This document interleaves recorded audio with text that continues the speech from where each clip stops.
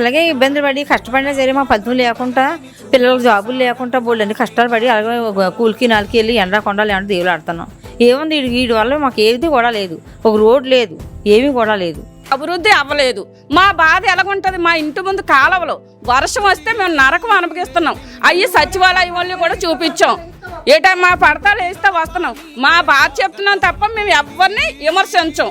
మేము ఎవరికి రూపాయలు లంచం ఇచ్చామని కూడా చెప్పం. ఆ మాట మేము అనం, ఎందుకంటే మేము ఇవ్వలేదు. అందువల్ల ఏంటంటే మా బాధ. నర్సీపట్నం వెళ్తే మీరు బాగా చూసుకుంటున్నారా డాక్టర్లు? దీన్ని లేదు బాబు, మన నీ చెవులు కుట్టుకుని పట్టించుకోలేదయ్యా, పట్టించుకోలేదు బాబు. దాని ముందు అన్న క్యాంటీన్ ఉండేది కదండి, దాన్ని తీస్తారు కదా, దాన్ని బట్టి మీరు ఏటమ్మా అయ్యల పాత్ర గారి వల్ల నడుస్తుంది ఇప్పుడు కూడా, అతని వల్ల అయితే ఏమీ లేదు. బాబు మా బాబు సంవత్సరం కుర్రాడు మా ఆయన చచ్చిపోయాడు బాబు, సరైన జాబ్ లేదు. నేను కష్టాలు పడి పిల్లల్ని ఏమో డిగ్రీ చేయించాను, ఏదో ఆ జాబ్ వస్తుంది ఈ జాబ్ వస్తుంది అంటున్నారు. ఇప్పుడు కూడా కష్టాల్లోనే ఉన్నాను బాబు. ఏదో ఆ బాబు దైవాలు ఏదన్నా గవర్నమెంట్ పథకం